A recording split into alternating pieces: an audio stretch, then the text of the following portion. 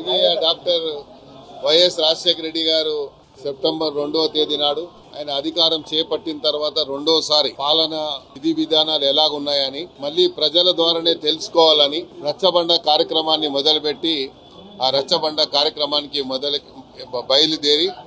అనంత లోకాలకు వెళ్లిపోవడము ఈరోజు కేవలం కాంగ్రెస్ నాయకులకే కాదు రాష్ట్రంలో ఉన్నటువంటి బడుగు బలహీన వర్గాలు ఎస్టీ ఎస్సీ ప్రజలకు తీరని లోటు. ఆయన ఉంటే రాష్ట్రంలో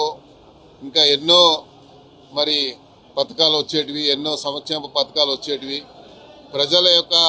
ఆలోచన విధానానికి అనుగుణంగా రాష్ట్రంలో మరి ప్రధానంగా రైతులకు రుణమాఫీ కార్యక్రమాన్ని మొట్టమొదటిగా మొదలుపెట్టి అధికారం చేపట్టిన రోజే సుమారు 9,000 కోట్ల రూపాయల ఒకే సంతకంతో రుణమాఫీ చేసినటువంటి ఏకైక నాయకుడు దేశంలో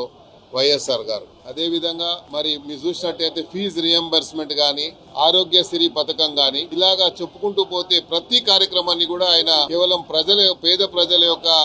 ఆలోచనని పరిగణలో తీసుకొని ప్రవేశపెట్టే పథకాలు కాబట్టి ఈ రోజు పేద ప్రజల గుండెల్లో, మా అందరి గుండెల్లో ఎప్పుడు కూడా రాజశేఖర రెడ్డి గారు ఉంటారు. మరి రాజశేఖర రెడ్డి గారి యొక్క మరి ఆత్మ అయినటువంటి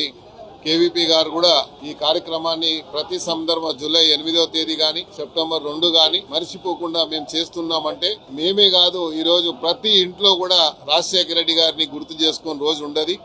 ఈ రోజు కూడా సెప్టెంబర్ 2వ తేదీ నాడు ఆయన పోయిన రోజు కాబట్టి ప్రతి వారు కూడా ఈ రోజు రాజశేఖర రెడ్డి గారు ఉంటే ఎలా ఉండేది అనేది ప్రతి వారికి ఆలోచన వస్తుంది. కాబట్టి ఆయన చిరస్మరణీయుడు, చిరంజీవిగా అందరి మరి మనసుల్లో గుండెల్లో ఉంటాడని, ఆయన ఆత్మకు శాంతి కలగాలని ప్రధానంగా మరి కేవీపీ రామచంద్రరావు గారు ఈ రోజు ఒక ప్రత్యేకమైనటువంటి కార్యక్రమాన్ని మొదలుపెట్టి రైతులకు ఎవరైతే రైతులు వ్యవసాయం చేసిన రైతుకి ఒక అవార్డు కార్యక్రమాన్ని వైఎస్ఆర్ గారు వర్ధంతి సందర్భంగా ఏర్పాటు చేయడం, రైతులకు రాజశేఖర రెడ్డి గారికి ఉన్నటువంటి అభినవభావ సంబంధాన్ని గుర్తు చేయడానికే